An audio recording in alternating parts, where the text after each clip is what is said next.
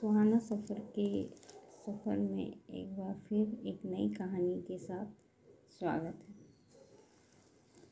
माँ, देखो ना, जीतू ने फिर से गुलाब का फूल तोड़ लिया। आप उसे मना क्यों नहीं करती? अरे बेटी, वो भगवान को ही तो चढ़ाता है ना, फिर घर में भी कितनी सुगंध बनी रहती है। मगर माँ, जब चमेली और मोगरे में ढेर सारे फूल लगे हैं तो गुलाब के फूल क्यों तोड़ना? उसमें तो फूल बहुत कम आते हैं। वैसे भी मुझे तो सारे फूल पौधों पर ही लगे हुए अच्छे लगते हैं। कितने दिन तक खिले खिले रहते हैं माँ, मगर तोड़ते ही एक दिन में ही मुरझा जाते हैं और उन्हें कूड़े में फेंक दिया जाता है। यह तो उन्हें समय से पहले ही मृत्यु दंड देना ही हुआ ना। भगवान तो अगरबत्ती से भी राजी हो जाते हैं। भला अपनी ही रचना का यह अंत देखकर कैसे प्रसन्न होंगे। इतना मोह मत रखो बेटी। अब तुम कुछ ही दिनों में ससुराल चली जाओगी तो इनकी देख रेख कौन करेगा? अब अपने घर जाकर ही बगिया सजाना। अच्छा, तो यह घर अभी से मेरे लिए पराया हो गया? नहीं बेटी, मगर तुम इतनी मेहनत करती हो तो सोचती हूँ तुम्हारे जाने के बाद यह सब कौन करेगा। ना जाने कैसी लड़की इस घर में बहू बनकर आए। ससुराल और अपने घर की कल्पना से जयंती के चेहरे पर मुस्कुराहट आ गई। माँ, सच ही तो कहती है, विवाह में अब दिन ही कितने रह गए हैं और वो भविष्य के सुनहरे सपनों में खो गई। उस दिन के बाद उसने भाई को टोकना छोड़ दिया। जयंती अपने माँ, पिता और छोटे भाई के साथ पुणे शहर की एक कॉलोनी में रहती थी। उसके पिता एक सरकारी विद्यालय में अध्यापन कार्य करते थे। घर की माली हालत कमज़ोर होने से वो नौकरी लगने के बाद ही शादी करना चाहती थी। अब तो नौकरी करते हुए भी 3-4 साल हो गए। देवराज और वो एक ही कंपनी में कार्यरत हैं और यह विवाह उनके प्रेम का परिणाम ही है। अब वो विवाह के बाद ही अपने घर को खुशबुओं से सजाएगी।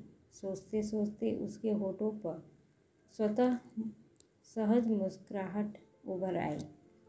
कुछ ही समय बाद विवाह हो गया और जयंती ससुराल यानी अपने घर आ गई। देवराज का घर उसका ही तो हुआ ना। 2 बेडरूम, हॉल, किचन वाले फ्लैट में सास ससुर के अलावा कॉलेज में पढ़ने वाली 2 नंदें थीं। छोटी बीए प्रथम और बड़ी अंतिम वर्ष की छात्रा थी। घर की आर्थिक स्थिति कैसी भी हो, मगर आजकल बेटियां दहेज रूपी दानों से निपटने के लिए शिक्षा पूर्ण होने पर नौकरी करके आत्मनिर्भर होकर ही शादी करना पसंद करती है और माँ पिता का भी उन्हें पूर्ण सहयोग तथा प्रोत्साहन मिलता है।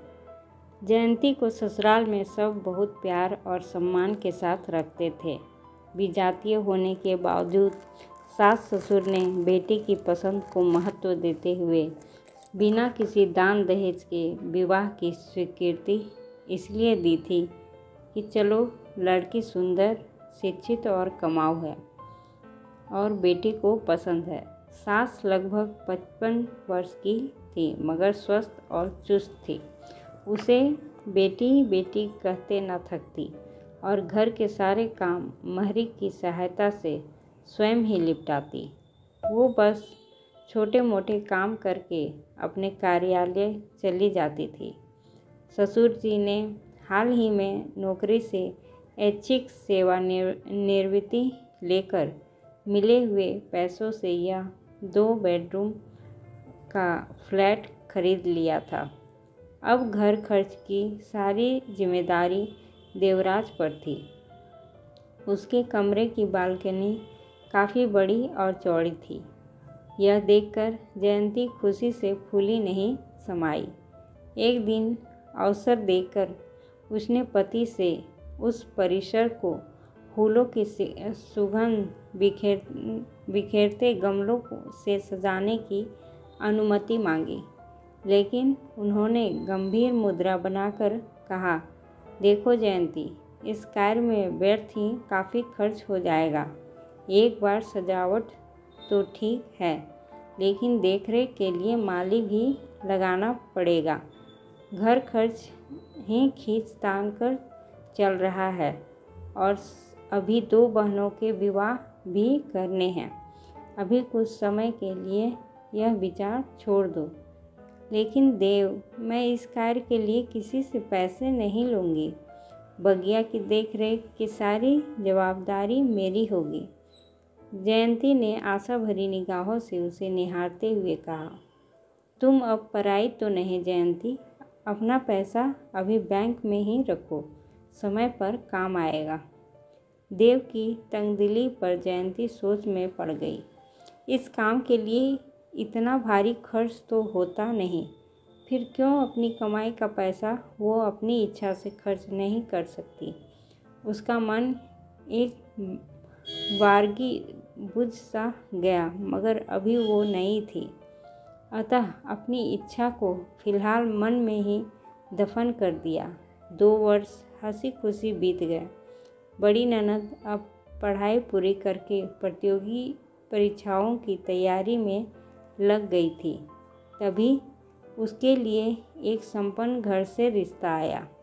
पहले तो उसने अपना करियर बनाने से पहले विवाह से इनकार कर दिया, मगर फिर माता पिता के दबाव और विवाह के बाद यह सब करने की छूट के आश्वासन पर अपनी स्वीकृति दे दी।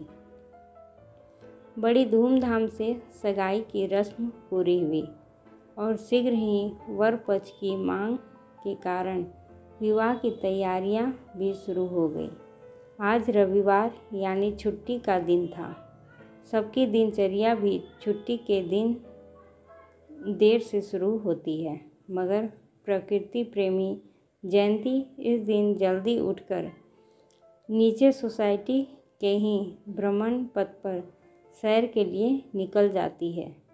सुनहरी सुबह, खिली धूप, सुगंधित शीतल हवा, इठलाते लहराते पेड़ पौधे, फूल कलियां, भ्रमर तितलियां उसका मुस्कुराकर स्वागत करते हैं। घूम फिर कर जैसे ही ऊपर आई, उसे सास ससुर और पति को बैठक में देखकर आश्चर्य हुआ। कुछ शब्द कानों में पड़े तो लगा ननद के विवाह की ही चर्चा चल रही है। सास ने उसे प्यार से चाय नाश्ता तैयार करने के लिए कहा तो वह किचन में चली गई।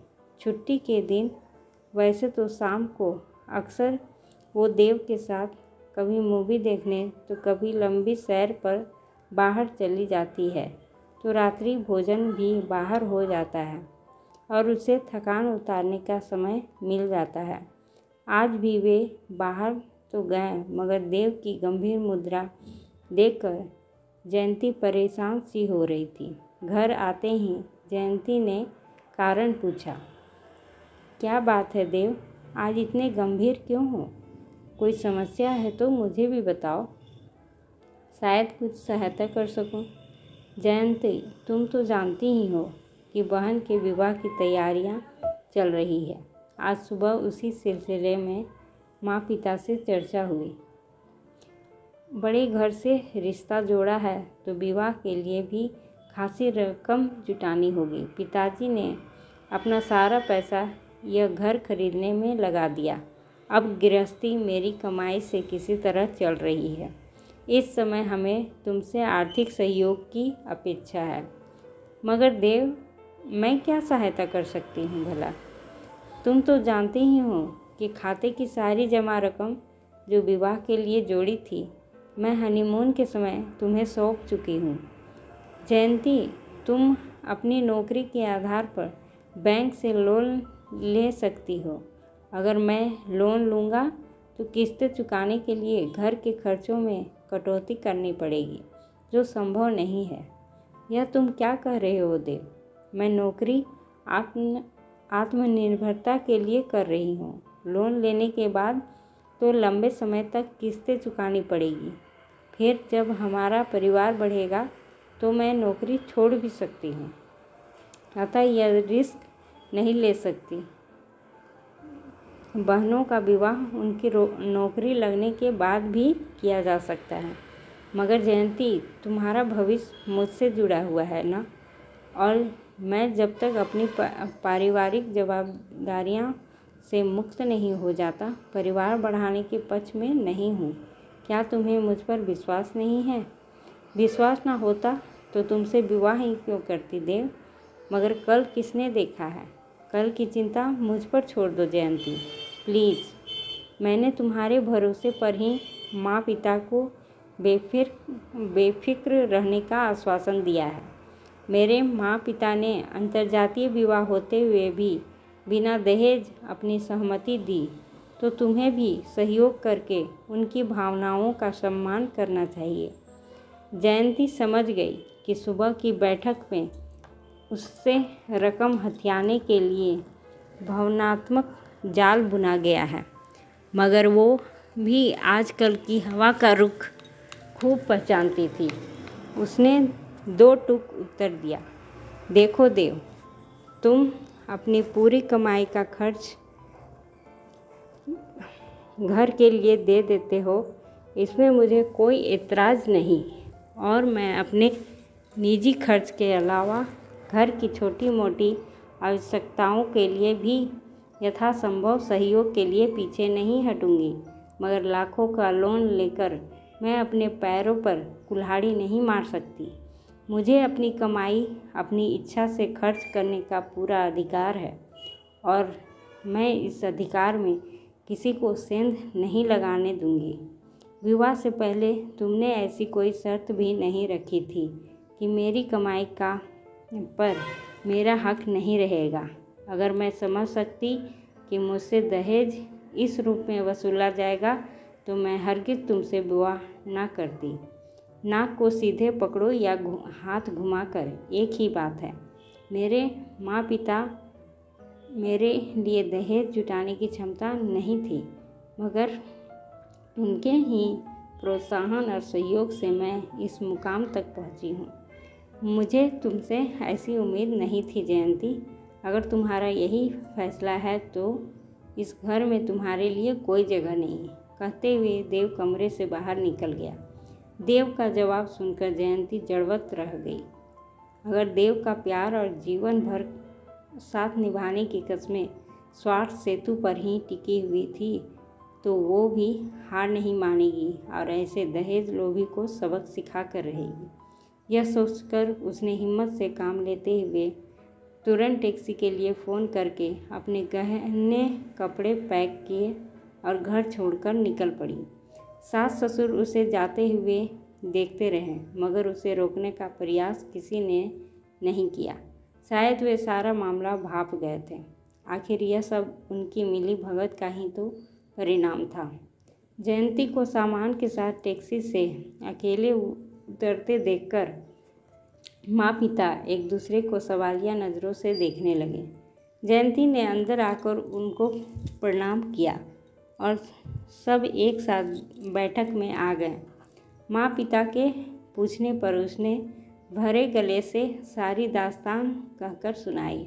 उन्होंने उसे तुरंत सांत्वना देते हुए कहा, बेटी दुख ना करो, हम तुम्हारे साथ हैं, यह घर तुम्हारा भी है।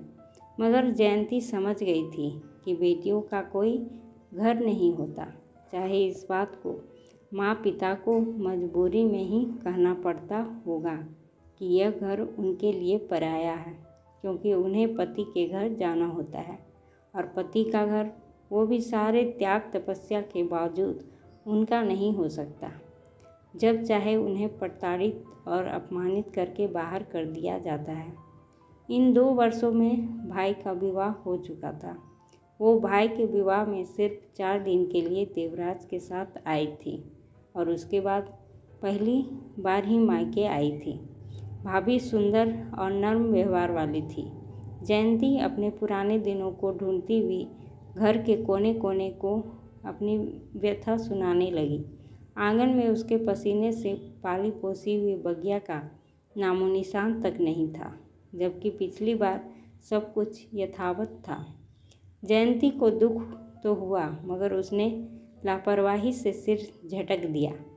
जब यह घर उसका है ही नहीं तो कैसा संताप। उसका कमरा अब भाई भाभी का था। उसे विवाह से पहले हॉल में भाई के लिए नियत स्थान रहने सोने के लिए दे दिया गया। उसने नियति को स्वीकार करते हुए मन ही मन सबसे पहले किसी सोसाइटी में अपना घर खरीदने का संकल्प किया। उसने नियति को स्वीकार करते हुए मन ही मन सबसे पहले किसी सोसाइटी में अपना घर खरीदने का संकल्प किया। अपना घर जहां सुनहरी सुबह और सुरमई शाम का एक टुकड़ा सिर्फ उसका होगा। बालकनी में बैठकर वह सुगंध बिखेरते हुए फूल, उगता डूबता सूरज, चमकते सितारे, चांद की चांदनी और रात की रागनी महसूस कर सकेगी। अगले ही दिन जयंती ने अपने कार्यालय में फ़ोन करके अपरिहार्य कार्य होने की बात बताकर कुछ दिन की छुट्टी के साथ ही उसी कंपनी की शहर के किसी अन्य शाखा में स्थानांतरण के लिए आवेदन भेज दिया। यह सब इतना आसान नहीं था, मगर काफ़ी जद्दोजहद और औपचारिकताओं के बाद उसे अपने मौजूदा कार्यालय से कुछ दूर उसी पद पर स्थानांतरित कर दिया गया। यह स्थान उसके माँ पिता के घर से काफ़ी दूर होने के कारण उसने उसी इलाके की एक सोसाइटी में किराए का फ्लैट लेकर रहना शुरू कर दिया। कार्यालय जाना शुरू करते ही वो आसपास ही एक निर्माणाधीन सोसाइटी में अपना फ्लैट बुक करने के लिए बैंक से लोन लेने की कवायद में जुट गई और अच्छी नौकरी के आधार पर उसका लोन शीघ्र ही स्वीकृत भी हो गया और उसने एक बेडरूम हॉल किचन वाला फ्लैट बुक करने के बाद ही चैन की सांस ली।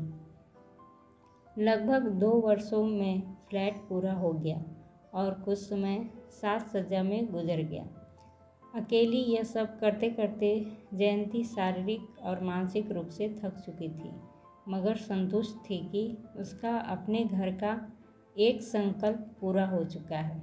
गृह प्रवेश की तिथि निर्धारित करके इस शुभ अवसर पर उसने अपने परिजनों और नए कार्यालय के कुछ सहकर्मियों और अधिकारियों के अलावा स्थानीय फेसबुक मित्रों को आमंत्रित करने का मन बनाया।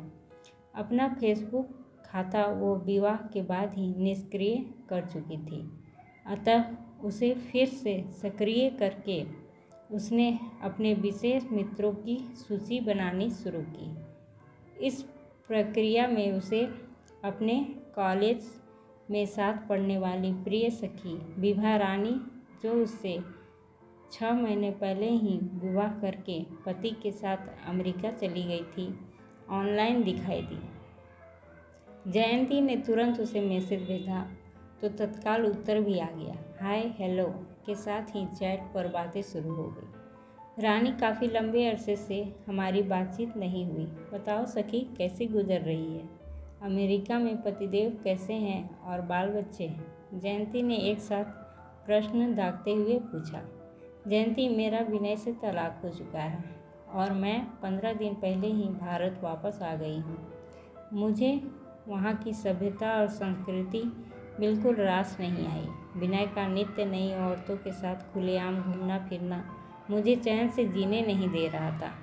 अभी तक कोई बच्चा भी नहीं हुआ था, अतः काफ़ी मानसिक यंत्रणा झेलने के बाद यह निर्णय लेना पड़ा। मैं इस समय पुणे में ही माँ पिता के साथ हूँ। ओह, सुनकर बहुत दुख हुआ जयंती। अब क्या करने का इरादा है?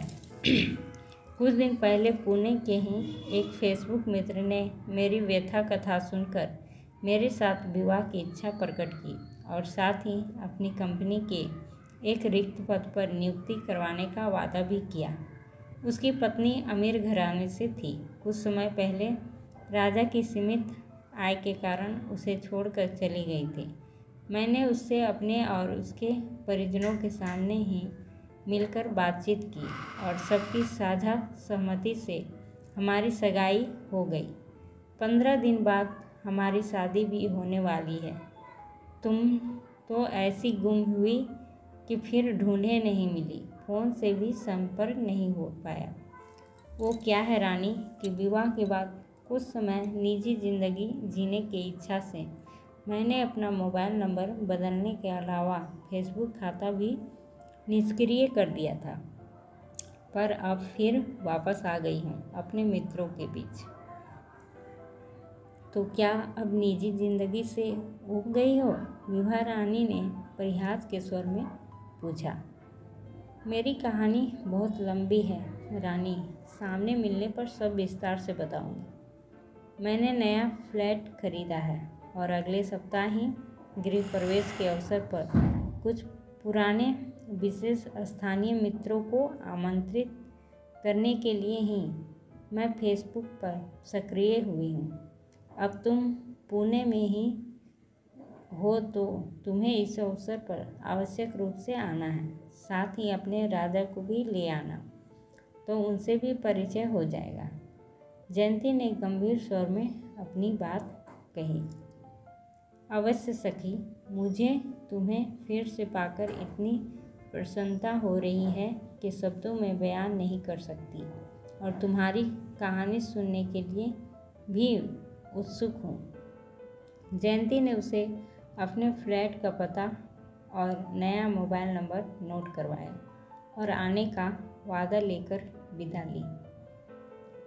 नियत दिन वार पर विभा रानी जयंती के बताए पते पर पहुंच गई। फ्लैट का मुख्य द्वार बंधनवार से सजा हुआ था। उस पर सुंदर सा नाम पट लगा हुआ था, मगर उसकी इबारत पढ़ते ही विभा रानी की आंखों में अनेक प्रश्न तैरने लगे। नाम पट पर ऊपर पतले शब्दों में लिखा था, यह घर मेरा है, और नीचे मोटे अक्षरों में लिखा था, संकल्पिता। सोच में डूबी विभा रानी ने घंटी का बटन दबा दिया। तुरंत द्वार खोलकर जयंती उसके गले से लिपट गई और प्यार से हाथ थामकर अंदर आमंत्रित मेहमानों के साथ बिठाया। उसने विभा रानी से अकेले आने का कारण पूछा तो उसने कहा, राजा को कुछ निजी काम है। कार्यक्रम के बाद मैं उसे फ़ोन करूंगी तो वह मुझे लेने आ जाएगा। हाल ही में हवन कुंड सजा हुआ था और पंडित जी भी आ चुके थे, लेकिन पूजा के समय जब जयंती अकेली बैठी तो विभा रानी को आशंकाओं ने घेर लिया। वह सबके सामने कुछ पूछ भी नहीं सकती थी, अतः अभी चुप रहना ही ठीक समझा। हवन पूजन के बाद मेहमानों के लिए भोजन की व्यवस्था थी। धीरे धीरे सभी मेहमान, फिर कुछ देर में परिजन भी उसे उपहारों के साथ 100 हिदायतें और शुभकामनाएं देते हुए विदा हुए। अब घर में केवल दोनों सखियां ही थीं। एकांत पाते ही विभा रानी जयंती से मुखातिब हुई। जयंती, तुम अकेली क्यों? और घर के नाम पट पर यह मेरा घर है, संकल्पिता। जयंती ने विभा रानी की जिज्ञासा को शांत करने के लिए अपनी सारी बीती हुई दास्तान विस्तार से कह सुनाई। सुनकर विभा रानी के तो रोंगटे ही खड़े हो गए। फिर कुछ संयम होकर पूछा, मगर जयंती, अब यह पहाड़ सी जिंदगी क्या अकेले काट सकोगी? अकेले क्यों रानी? क्या यह धरती मानव रहित हो गई है? मैं एक दानों के पीछे अपनी जिंदगी के सुखों का उत्सर्ग नहीं करने वाली। ऐसा करना तो इस सुंदर सृष्टि और सृष्टिकर्ता का अपमान ही होगा। बहन, मगर मेरा साथी एक संवेदनशील इंसान होगा। मेरी जंग मालवों में छिपी हुई दानवी प्रवृत्ति से है। आज जब बेटियों को आत्मनिर्भर होने और दहेज के दानों से बचाने के लिए उनके माँ पिता उसे बेटों के समान सुविधाएं देकर पढ़ाते लिखाते हैं, तो इसलिए नहीं कि उनकी अर्जित कमाई पर ही भावनात्मक रूप से विवश करके ढाका डाला जाए। यानी वही दहेज का दानव अपना रूप बदलकर बेटियों को निगलने के लिए जबड़े खोलकर बैठा है। और रानी, मैं ऐसा हरगिज नहीं होने दूंगी। जो पुरुष नारी का सम्मान करना नहीं जानते, उन्हें चुन चुन कर सजा देने के लिए मैं हर जन्म में बेटी बनकर आना चाहूँगी। मेरा घर बनाने का संकल्प पूर्ण हो चुका है। अब अगला संकल्प उस धन लोलुप नरपशु का चेहरा सार्वजनिक करने का है।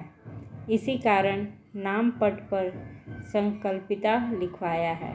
अब फुर्सत मिलते ही फेसबुक पर अपने स्टेटस में सार्वजनिक रूप से उसकी असलियत का चिट्ठा खोलकर रख दूंगी और सभी बहन बेटियों से आह्वान करूंगी कि ऐसे दुष्टों को पहचाने और अपने अपने कार्य क्षेत्रों में उन्हें एकजुट होकर धिक्कृत करें, ताकि फिर कभी वे किसी नारी का किसी भी रूप में शोषण अथवा अपमान करने की हिम्मत ना कर सके।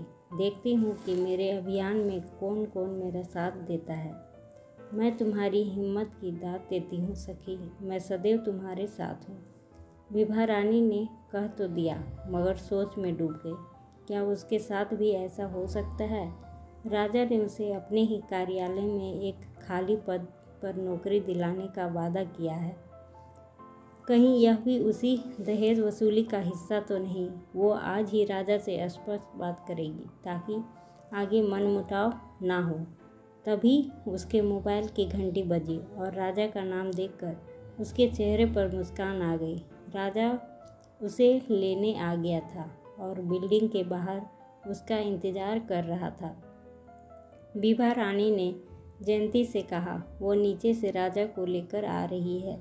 उसके जाते ही जयंती किचन में नाश्ते की व्यवस्था करने चली गई। घंटी बजी और द्वार खुलते ही राजा का हाथ थामे हुए विभा रानी ने मुस्कुराते हुए अंदर प्रवेश किया, मगर जयंती पर नज़र पड़ते ही राजा की दशा ऐसी हो गई जैसे सैकड़ों बिच्छुओं ने उसे एक साथ डस लिया हो। उसके पसीने छूटने लगे और वो विभा रानी से अपना हाथ छुड़ाने का प्रयास करने लगा। विभा रानी दोनों के चेहरों के बदलते हाव भाव देखकर हक्की बक्की मामला समझने का प्रयास करने लगी। उसे लगा कि वे दोनों शायद पूर्व परिचित हैं। फिर भी पूरी स्थिति को समझने के लिए राजा का हाथ लगभग खींचती हुई उसके साथ चलकर सोफे पर बैठ गई। अब तक जयंती को कुछ संभल चुकी थी, वो भी सामने ही बैठ गई। विभा रानी ने जयंती का परिचय करवाते हुए कहा, राजा, यह है मेरी प्रिय सखी जयंती उर्फ संकल्पिता। और जयंती, रुको रानी, मैं इनका परिचय करवाती हूँ। ये है मिस्टर देवराज उर्फ देव, मेरे पूर्व पति, और तुम्हारे मंगेतर उर्फ रानी के राजा। जयंती ने आग उगलती हुई नज़रों से देवराज को घूरते हुए कहा। सुनकर विभा को सारा ब्रह्मांड घूमता हुआ नजर आने लगा। अवसाद में डूबकर बुदबुदाने लगी, हाय रे लोभी पुरुष, स्वार्थी, तुम्हारी स्वार्थी सोच के आगे सारे महिला विमर्श, कहानी, कविताएं सब व्यर्थ। फिर सहसा चीख पड़ी, नहीं जयंती, मंगेतर नहीं, पूर्व मंगेतर, मैं तुम्हारे साथ हो सखी। कहकर विभा ने बहते हुए आंसुओं को रोकने का प्रयास करते हुए अपनी अंगुली से सगाई की अंगूठी उतारकर देवराज की अंगुली में फंसा दी। दोस्तों, आपको ये कहानी कैसी लगी? अच्छी लगी हो तो लाइक और सब्सक्राइब करिए। धन्यवाद।